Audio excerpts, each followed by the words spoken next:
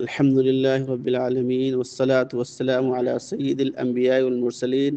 فأعوذ بالله من الشيطان الرجيم. بسم الله الرحمن الرحيم. إن الله يحب التوابين ويحب المتطهرين. وقال الله تعالى: إلا من تاب وآمن وعمل عملا صالحا فأولئك يبدل الله سيئاتهم حسنات. وقال الله تعالى في موضع آخر: قل يا عبادي الذين أسرفوا على أنفسهم لا تقنطوا من رحمة الله صدق الله العلی العظیم۔ الحمدللہ، اللہ سبحانہ و تعالیٰ کا بے حد شکر بجا لاتے ہیں کہ جس نے ہمیں قرآن مجید کی تعلیم حاصل کرنے اور اسے سیکھنے کا موقع عنایت فرمایا۔ آج ہم ایک اہم موضوع لے کر آئے ہیں جس کا عنوان ہے توبہ کی فضیلت اور اس کی تعریف، اس کے شروط اور اس کی اقسام۔ عزیز بھائیوں، میں نے آپ تمام حضرات کے سامنے قرآن مجید کی مختلف صورتوں کی چند آیتیں تلاوت کی ہیں۔ اس سے پہلے کہ میں ان کا ترجمہ اور ان کی تشریح آپ کے سامنے رکھوں، یہ واضح کر دینا چاہتا ہوں کہ وہ موضوع کی توبہ کے حقیقی اور لغوی معنی کیا ہے۔ توبہ کہتے ہیں رجوع کرنا، لوٹ آنا اور پلٹ آنا، جیسے کہ غلط راستے سے صحیح راستے کی طرف پلٹ آنا اور گناہوں کو ترک کر کے، گناہوں کو چھوڑ کر کے اللہ اور اس کے رسول صلی اللہ علیہ وسلم کی اطاعت و فرما برداری کی طرف لوٹ آنا۔ اس کے اصطلاحی اور شرعی معنی کیا ہے؟ دل سے ندامت و شرمندگی ہونا، دل کے اندر اس گناہ کی جو اس سے انجانے میں جہالت میں ہو گیا، دل کے اندر اس کو بے حد ندامت اور پشیمانی ہو۔ اسی طریقے سے زبان سے بھی اس کا اقرار ہو، معافی ہو، اور پھر اس پر یہ پکا عزم مصمم ہو کہ اب دوبارہ اس سے غلطی سرزد نہیں ہوگی، اب دوبارہ وہ عمل کو نہیں دہرائے گا۔ اس کی مثال یوں سمجھیے کہ ایک شخص اندھیرے میں چل رہا ہو اور اس کو اچانک یہ احساس ہو جائے کہ ہم تو غلط راستے پر، غلط سمت پر آ گئے، اور پھر وہ اپنے راستے کو روشنی کی طرف بدل لے، اندھیرے سے روشنی کی طرف پلٹ آئے۔ یہی معنی ہے میرے دوستو توبہ کی۔ قرآن پاک میں اللہ سبحانہ و تعالی ارشاد فرماتا ہے کہ وَتُوبُوا إِلَى اللَّهِ جَمِيعًا أَيُّهَا الْمُؤْمِنُونَ لَعَلَّكُمْ تُفْلِحُونَ، کہ اے ایمان والو، اے مومنو، سب کے سب توبہ کرنے والے ہو جاؤ تاکہ تم کامیاب ہو۔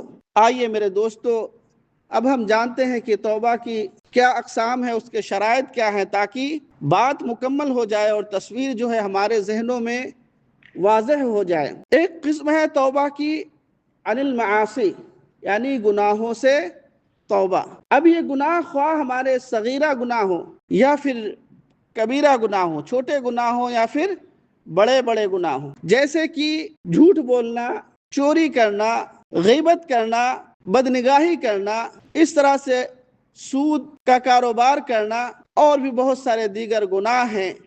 ان گناہوں سے توبہ، اور اس میں بھی وہی چیزیں لاگو ہوں گی جو توبہ کی شرائط ہیں کہ انسان پشیمان ہو، زبان سے اس کا اقرار کرے اور پھر دوبارہ اس کو نہ کرنے کا پکا عہد کرے۔ ایک ہے توبہ عن التقصیر، یعنی اللہ کی عبادات میں کوتاہی بندہ برتتا ہو، جیسے کہ نماز کا چھوڑنا، قرآن سے دوری بنا کے رکھنا، کہ اگر کسی کی میت ہو جائے جب ہی قرآن کو کھول کر پڑھے گا، یا اس پر کوئی افتاد آ پڑے، کوئی مصیبت آ پڑے، یا اس کو کسی طرح کا چلہ کشی کرنا پڑے تبھی وہ قرآن کو کھولے، ادروائز پورے سال ہو جائیں لیکن وہ قرآن کو کھول کر نہ دیکھے۔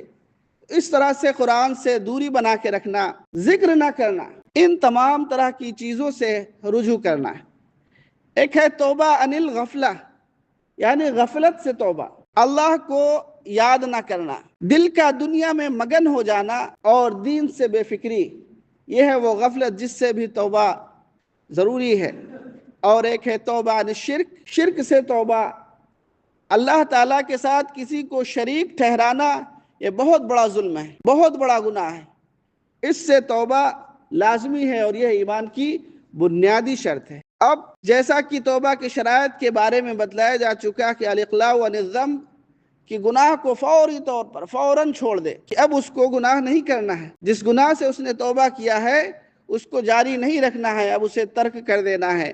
پھر العزم علی عدم العودہ، واپس پلٹ کر اس گناہ پر آنے کا اس کا کوئی ارادہ نہ ہو، اور یہ پکا ارادہ ہو کہ اب میں اس گناہ کو چھوڑ ہی دوں گا، پھر آئندہ کوئی گناہ کرنے کا دل میں ارادہ نہ ہو۔ رد الحقوق، اگر گناہ بندوں کے متعلق ہیں تو اسے کیا کرنا ہے، جیسے کہ کسی کا حق مار لیا ہو، کسی کا حق غصب کر لیا ہو، ناجائز کسی کا قبضہ کر لیا ہو، تو وہ اس سے معافی مانگے یا اس چیز کو اسے واپس کر دے۔ تو یہ تھی توبہ کی تعریف اور اس کی اقسام اور اس کے شرائط۔ آئیے اب ہم جانتے ہیں کہ اس کی فضیلت کیا ہے اور اس کی اللہ اور رسول صلی اللہ علیہ وسلم کی نظر میں اہمیت کیا ہے۔ اللہ سبحانہ و تعالیٰ فرماتا ہے کہ ان اللہ یحب التوابین، توبہ کرنے والوں کو اللہ سبحانہ و تعالیٰ پسند فرماتا ہے، اور صرف پسند ہی نہیں فرماتا، اگر وہ سچے معنوں میں توبہ کرتا ہے تو اللہ تعالیٰ اس کے گناہوں کو، اس کی برائیوں کو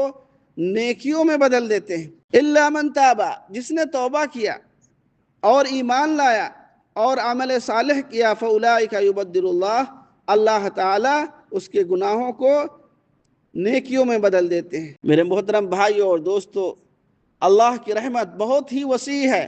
اگر کسی نے اپنی جان پر ظلم کیا ہے، انجانے میں، جہالت میں، نادانی میں، کسی جذبے کے تحت مغلوب ہو کر کوئی گناہ کر بیٹھا ہے، اور اب اس کے دل کے اندر تڑپ ہو رہی ہے، اب اس کے دل کے اندر کسک جاگی ہے، مگر شیطان اسے وہی مایوس کرتا ہے کہ تم تو اتنے بڑے گنہگار ہو گئے ہو، تم نے تو اتنے ایسے اور یہ گناہ کیے ہیں، اللہ بھلا تمہیں کیسے معاف کرے گا، تم کس منہ سے اللہ کے سامنے جاؤ گے۔ پھر انسان مایوسی کا شکار ہو جاتا ہے اور پھر اسی گناہ کے دلدل میں پڑا رہتا ہے۔ میرے محترم بھائیوں اور دوستو، اگر ہم قرآن سے دوری بنا کر رکھیں گے تو بھلا یہ باتیں ہمیں کیسے پتہ چلیں گی کہ مایوسیوں سے نکالنے والا کون ہے، ہمارے اندھیرے دلوں میں روشنی جلانے والی کیا چیز ہے؟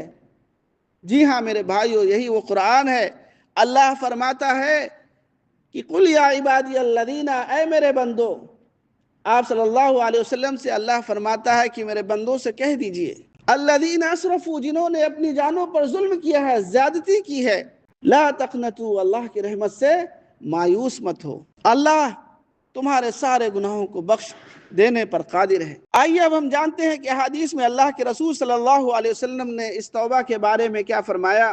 حضرت انس رضی اللہ تعالیٰ عنہ سے روایت ہے، فرماتے ہیں کہ رسول اللہ صلی اللہ علیہ وسلم نے فرمایا، کل بنی آدم خطاء، ہر آدم کی جو ہے اولاد گنہگار ہے، خطا کار ہے۔ اس بات کو آپ اس طرح سے بھی سمجھ سکتے ہیں کہ جب اللہ تعالیٰ نے آدم علیہ السلام کا فرشتوں سے سجدہ کرنے کے لیے کہا، ابلیس نے سجدہ کرنے سے انکار کر دیا، تو اللہ سبحانہ و تعالیٰ نے شیطان کو اور آدم علیہ السلام کو دونوں کو مہلت دی، اور آدم علیہ السلام سے کہا اس پھل کے قریب مت جانا، مگر ان سے غلطی سرزد ہوئی، تو اللہ سبحانہ و تعالیٰ نے کہا کہ اب اس جنت سے روئے زمین پر جاؤ، اور وہاں پر جب میرا کوئی پیغام پہنچے تو اس کی نافرمانی مت کرنا۔ ہم انہی کی اولاد ہیں۔